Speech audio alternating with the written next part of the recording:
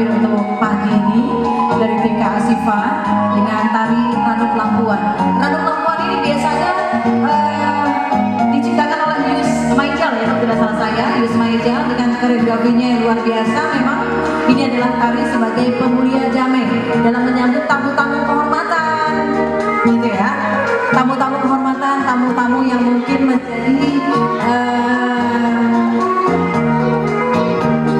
yang biasa disambut dengan tarian-tarian tari Ranum Lampuan ini. Jadi adalah sebuah adat tradisi masyarakat Aceh dalam memuliakan tamu atau lebih dikenal dengan pemulia Jameh.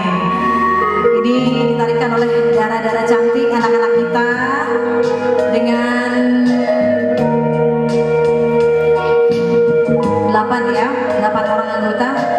Ini memang cantik-cantik terlihat dengan pakaian Aceh, dengan sanggul-sanggul cut nyadinnya, cut nyadin cilik yang cantik-cantik dan manis-manis.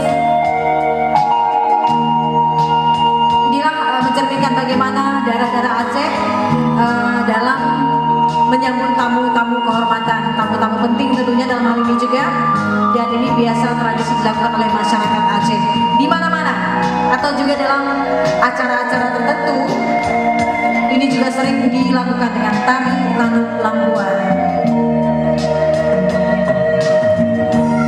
Iya, kita beri tepuk tangan dulu buat anak-anak kita yang cantik-cantik dari Taman Kanak-Kanak Asifa, Kota Banda Aceh.